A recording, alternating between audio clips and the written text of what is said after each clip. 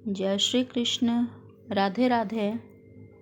जब जब धरती पर पाप बढ़ा है, धर्म पर आघात करके अधर्म की सीमा पार हुई है, तब तब भगवान विष्णु ने धरती पर अवतार लेकर अधर्मियों से धरती को मुक्त करते हुए पापों का नाश करके धर्म की पुनः स्थापना की है। भगवान विष्णु युगों युगों से मानव कल्याण तथा धर्म की स्थापना के लिए कई अवतार लेते रहे हैं। आज हम सुनेंगे भगवान विष्णु के उन 5 अवतारों के बारे में, जिसमें भगवान विष्णु ने मानव कल्याण हेतु छल और चतुराई का सहारा लेकर धरती पर धर्म का संतुलन बनाए रखा। भगवान विष्णु का पहला छल नृत्यकी अप्सरा अवतार। कई युगों पहले एक वृकासुर नाम का राक्षस हुआ करता था। वृकासुर ने बहुत लंबे समय तक भगवान शिव की घोर तपस्या की। तपस्या से प्रसन्न होकर भगवान शिव ने वृकासुर को दर्शन दिए और वरदान मांगने को कहा। वृकासुर ने भगवान शिव से वरदान में कहा कि मुझे ऐसा वरदान दें कि मैं जिस किसी के भी सिर में हाथ रखूं, वो उसी वक्त जल के भस्म हो जाए। भगवान शिव ने तथास्तु बोलते हुए ये वरदान दे दिया। यहीं से वृकासुर का नाम भस्मासुर पड़ा। अब भस्मासुर को अपने अंदर एक अद्भुत शक्ति की अनुभूति होने लगी। भस्मासुर के मन में अचानक से ये विचार आया कि देवता सदैव असुरों तथा दैत्यों से छल कपट करते आए हैं। भस्मासुर ने इस वरदान के मिलते ही कहा, भगवान, क्यों न इस वरदान की शक्ति को परख लिया जाए। तब वह स्वयं शिव जी के सिर पर हाथ रखने के लिए दौड़ा। शिव जी भी वहाँ से भागे और विष्णु जी की शरण में छिप गए। तब विष्णु जी ने एक सुंदर स्त्री नर्तक अप्सरा का रूप धारण कर भस्मासुर को आकर्षित किया। भस्मासुर शिव को भूलकर उस सुंदर स्त्री के मोह पाश में बंध गया। मोहिनी स्त्री रूप विष्णु जी ने भस्मासुर को खुद के साथ नृत्य करने के लिए प्रेरित किया। भस्मासुर भी अप्सरा के साथ साथ ताल कदम मिलते हुए नृत्य करने लगा। नृत्य करते समय भस्मासुर मोहिनी की ही तरह नृत्य करने लगा और उचित मौका देखकर विष्णु जी ने अपने सिर पर हाथ रखा। शक्ति और काम के नशे में चूर भस्मासुर भी उन्हीं की नकल करता हुआ अपने सिर पर जैसे ही हाथ रखा, वो वहीं जलकर भस्म हो गया। इस तरह छल और चतुराई से भगवान विष्णु ने असुर का नाश किया। अब हम सुनेंगे भगवान विष्णु का दूसरा छल, वृंदा के साथ छल। युगों पहले धरती पर जालंधर नाम के एक महाबलशाली इंसान की उत्पत्ति हुई थी। यह उत्पत्ति समुद्र में एक ऐसे स्थान पर हुई थी जहाँ गंगा का जल समुद्र में आकर मिलता था। जालंधर का विवाह कामनेमी नामक असुर की पुत्री वृंदा से हुआ। वृंदा भगवान विष्णु की बहुत बड़ी भक्त थी। विवाह के पश्चात जालंधर पूरे असुर साम्राज्य का राजा बन गया।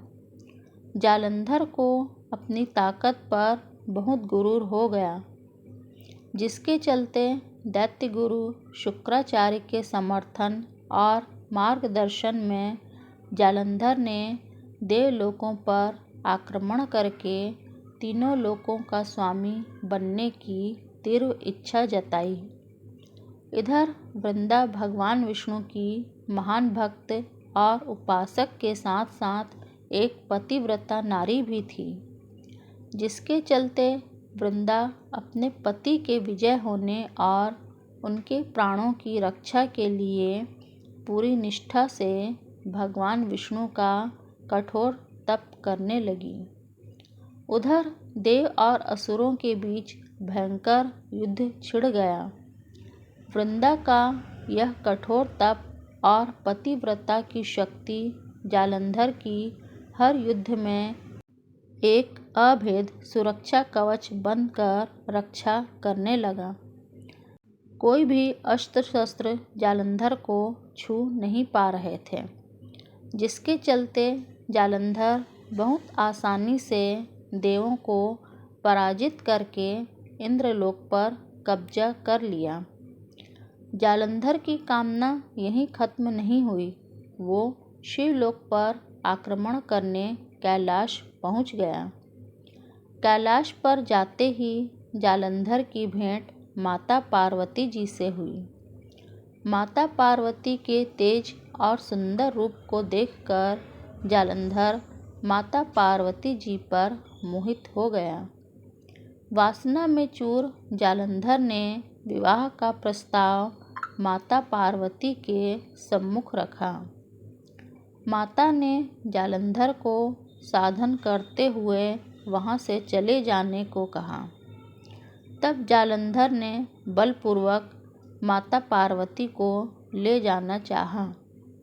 उसी समय माता पार्वती ने भगवान शिव का आवाहन किया। भगवान शिव तुरंत वहां प्रकट हुए। जालंधर और भगवान शिव के बीच भयंकर युद्ध छिड़ गया। चारों तरफ प्रलय मच गई। सारा लोक परलोक इस युद्ध को देख रहा था। भगवान शिव जालंधर पर जो भी वार करते, उससे जालंधर को कोई हानि नहीं होती। युद्ध लंबे समय तक चलता रहा। कोई परिणाम नहीं निकल रहा था। भगवान शिव मन ही मन भगवान विष्णु से आग्रह करने लगे कि प्रभु, पता लगाओ कि आखिर कौन सी शक्ति जालंधर की रक्षा कर रही है। प्रभु, इसका तुरंत कोई समाधान निकालो, वरना अनर्थ हो जाएगा। तब भगवान विष्णु समझ गए कि कौन सी शक्ति जालंधर की रक्षा कर रही है। यह शक्ति थी पतिव्रता और भगवान विष्णु की कठोर तपस्या की। भगवान विष्णु ने तुरंत जालंधर का रूप धरा और अपनी माया से राक्षसों की सेना तैयार की। सेना सहित भगवान विष्णु धरती पर वृंदा के महल में पहुंच गए। जालंधर को देख वृंदा ने तप करना छोड़कर जालंधर के निकट आई और आरती उतारी।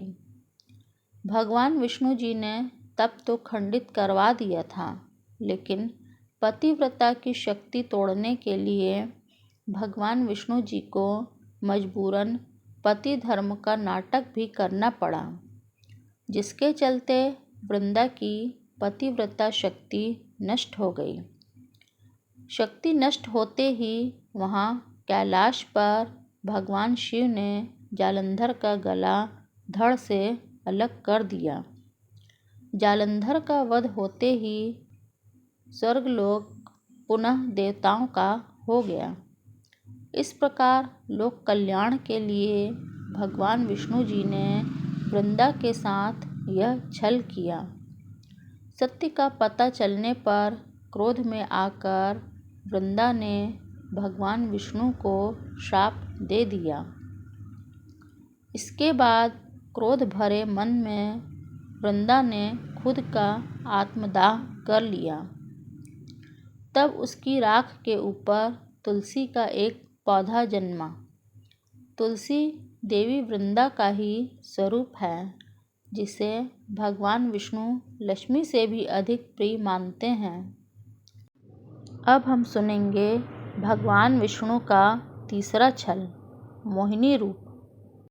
यह अद्भुत घटना समुद्र मंथन के समय की है। एक बार महर्षि दुर्वासा बैकुंठ धाम से वापस आ रहे थे। रास्ते में उन्होंने राजा इंद्र को अपने ऐरावत हाथी पर सवार होकर अपनी ओर आते हुए देखा। महर्षि दुर्वासा जी ने उनका स्वागत सत्कार करते हुए उन्हें कमल के फूल की दिव्य माला भेंट की। अहंकार में डूबे इंद्र ने भेंट स्वरूप मिले हुए उस कमल की माला को मामूली माला समझकर उसे अपने हाथी ऐरावत की सर पर फेंक दिया। माला गिरकर हाथी के पैरों में जा गिरी। ऐरावत ने उस माला को अपने पैरों तले कुचल दिया। दिए गए भेंट का इस प्रकार निरादर करने पर महर्षि दुर्वासा बहुत क्रोधित हुए।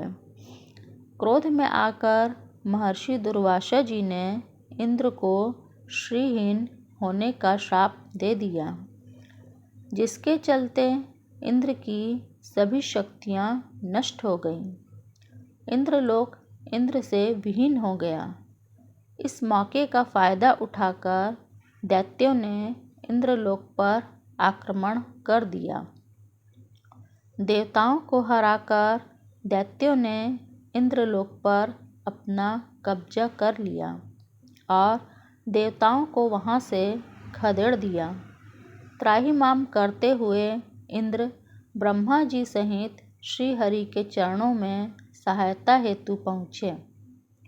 भगवान विष्णु संसार एवं मानव जाति के कल्याण के लिए लक्ष्मी जी के साथ समुद्र मंथन पर विचार विमर्श कर रहे थे कि इतने में इंद्र भगवान ब्रह्मा जी सहित सभी देवता गणों के साथ भगवान विष्णु के सम्मुख पहुँचे। श्री हरि के सम्मुख इंद्र अपना स्वर्गलोक वापस पाने के लिए प्रार्थना करने लगे। तब श्री हरि विष्णु के मन में समुद्र मंथन को लेकर एक तीर से दो निशाने वाली एक ऐसी युक्ति आई जिससे इंद्रलोक भी वापस मिल जाएगा और समुद्र मंथन भी हो जाएगा।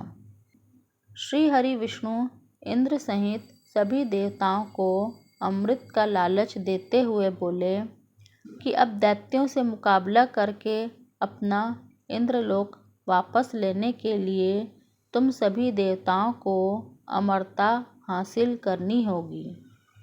इसके लिए तुम सबको अमृत का सेवन करना होगा और यह अमृत प्राप्त करने का ही एक विकल्प है और वो है समुद्र मंथन। समुद्र मंथन से सिर्फ अमृत ही नहीं बल्कि समस्त संसार तथा मानव कल्याण के लिए बहुत ही उपयोगी वस्तुएं बाहर निकल कर आएंगी। लेकिन समुद्र मंथन सभी देवता मिलकर अकेले नहीं कर पाएंगे। इसके लिए असुरों की भी मदद लेनी होगी। इसीलिए आप असुरों से यह संधि करो कि समुद्र मंथन से निकलने वाले अमृत को हम सब आधा आधा बांट लेंगे। सभी देव ये प्रस्ताव लेकर बिना देरी किए हुए असुरों के पास पहुँचे। प्रस्ताव में अमृत का नाम सुनते ही सभी दैत्य समुद्र मंथन के लिए तुरंत राजी हो गए। इस तरह भगवान विष्णु के मार्गदर्शन में देवताओं और दैत्यों ने अपनी पूरी शक्ति लगाते हुए मंदराचल पर्वत को उठाकर समुद्र तट पर लेकर जाने की चेष्टा की, लेकिन नहीं उठा पाए। तब श्री हरि ने अपनी शक्ति का भी सहयोग देकर उसे उठाकर समुद्र में रख दिया। मंदराचल को मथानी एवं वासुकी नाग की रस्सी बनाकर समुद्र मंथन का शुभ कार्य आरंभ हुआ। श्री विष्णु की नज़र मथानी पर पड़ी, जो कि अंदर की ओर धंसती चली जा रही थी। यह देखकर उन्होंने स्वयं कच्छप बनाकर अपनी पीठ पर मंदराचल पर्वत को रख लिया। तत्पश्चात समुद्र मंथन से लक्ष्मी, कौस्तुभमणि, परिजात, सुरा, धन्वंतरी, चंद्रमा, पुष्पक, ऐरावत, पांचजन्य, शंख, रंभा, कामधेनु, उच्चैःश्रवा और अंत में अमृत कुंभ निकले, जिसे लेकर धन्वंतरी जी आए। उनके हाथों से अमृत कलश छीनकर दैत्य भागने लगे, ताकि देवताओं से पूर्व अमृत पान करके वे अमर हो जाएं। दैत्यों के बीच कलश के लिए झगड़ा शुरू हो गया और देवता हताश खड़े रहे। तब श्री हरि विष्णु जी ने एक सुंदर स्त्री का रूप, मोहिनी रूप धारण किया और देवता और दैत्यों के बीच पहुंच गए और उन्होंने अमृत को समान रूप से बांटने का प्रस्ताव रखा। सभी दैत्य भगवान विष्णु के इस मोहिनी अवतार पर पूरी तरह से मोहित हो चुके थे। दैत्यों ने मोहित होकर अमृत का कलश श्री हरि विष्णु भगवान को सौंप दिया। मोहिनी रूपधारी विष्णु जी ने कहा कि मैं जैसे भी विभाजन का कार्य करूं, चाहे वह उचित हो या अनुचित, तुम लोग बीच में बाधा उत्पन्न ना करने का वचन दो, तभी मैं इस काम को करूंगी। सभी ने मोहिनी रूपी भगवान की बात मान ली। देवता और दैत्य अलग अलग पंक्तियों में बैठ गए। मोहिनी रूप धारण करके विष्णु ने छल से सारा अमृत देवताओं को पिला दिया। इस छल का जैसे ही पता चला, तब तक देर हो चुकी थी। इस प्रकार सभी असुरों ने इंद्रलोक को छोड़कर चले जाने ही समझदारी समझी, क्यों अब वो देवताओं को पराजित नहीं कर सकते थे। देवता अमृत के सेवन से सब अजर अमर हो चुके थे। अब हम सुनेंगे भगवान विष्णु का चौथा छल, असुर राज बलि के साथ छल। असुरों के राजा बलि की चर्चा पुराणों में होती आई है। वह अपार शक्तियों का स्वामी, लेकिन धर्मात्मा था। दान पुण्य करने में भी वह कभी पीछे नहीं रहता था। उसकी सबसे बड़ी खामी यह थी कि उसे अपनी शक्तियों एवं दानवीर होने पर घमंड था और वह खुद को ईश्वर के समकक्ष मानता था और वह देवताओं का भी घोर विरोधी था। कश्यप ऋषि की पत्नी दिति के दो प्रमुख पुत्र हिरण्यकश्यप और हिरण्याक्ष थे। हिरण्यकश्यप के 4 पुत्र थे, अनुहल्लाद, हल्लाद, भक्त प्रहलाद और संहलाद। प्रहलाद के कुल में विरोचन के पुत्र राजा बलि का जन्म हुआ। राजा बलि का राज्य संपूर्ण दक्षिण भारत में था। उन्होंने महाबलीपुरम को अपनी राजधानी बनाया था। राजा बलि ने विश्व विजय की सोचकर अश्वमेध यज्ञ किया और इस यज्ञ के चलते उनकी प्रसिद्धि चारों ओर फैलने लगी। अग्निहोत्र सहित उसने 98 यज्ञ संपन्न कराए थे और इस तरह उसके राज्य और शक्ति का विस्तार होता ही जा रहा था। तब उसने इंद्र के राज्य पर चढ़ाई करने की सोची। इंद्रलोक पर विजय पाने हेतु राजा बलि ने 99 यज्ञ की घोषणा की। अगले ही दिन सुबह यज्ञ प्रारंभ होने की शुरुआत होने लगी।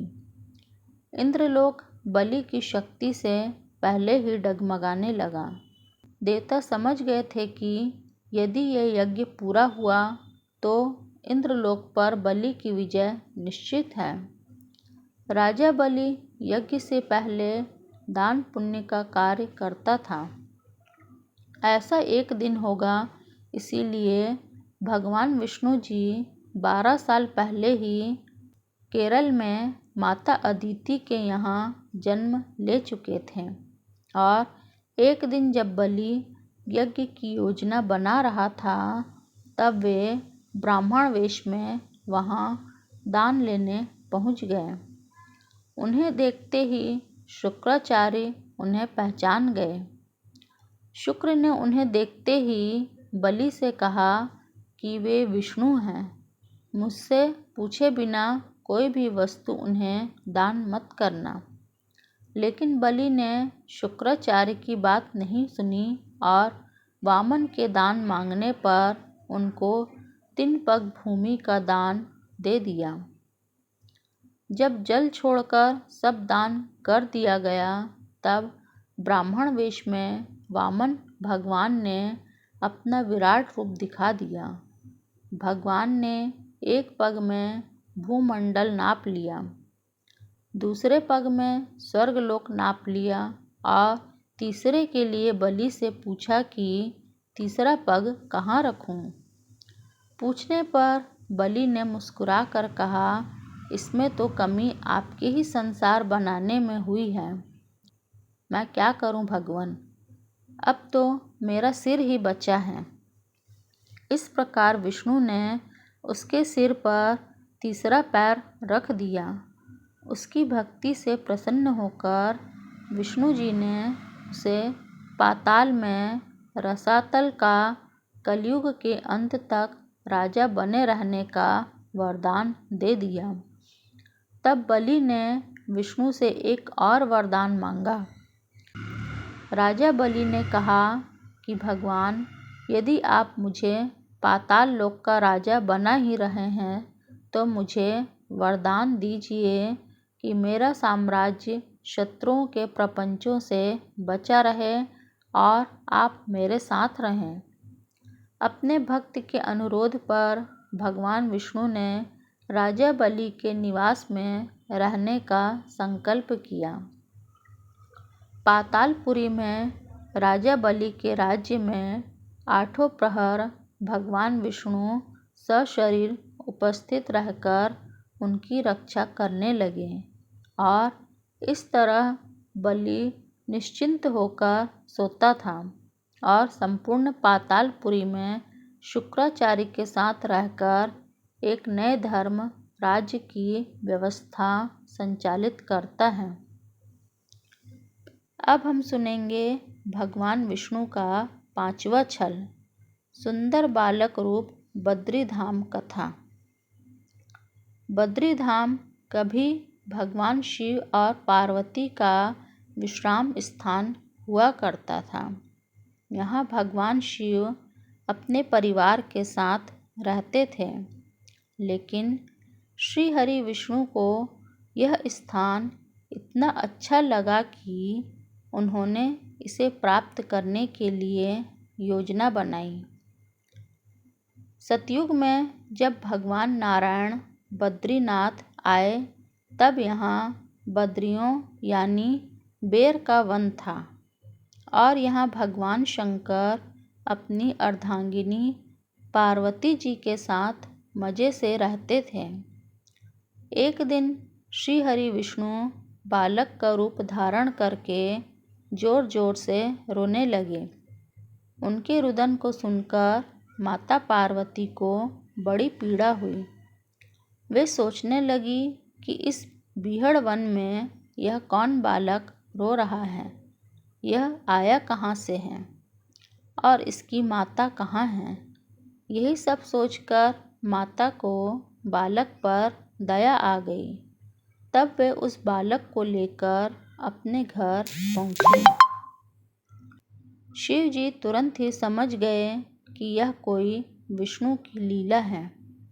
उन्होंने पार्वती से इस बालक को घर के बाहर छोड़ देने का आग्रह किया और कहा कि वह अपने आप ही कुछ देर रोकर चला जाएगा। लेकिन पार्वती माँ ने उनकी बात नहीं मानी और बालक को घर में ले जाकर चुप कराकर सुलाने लगी।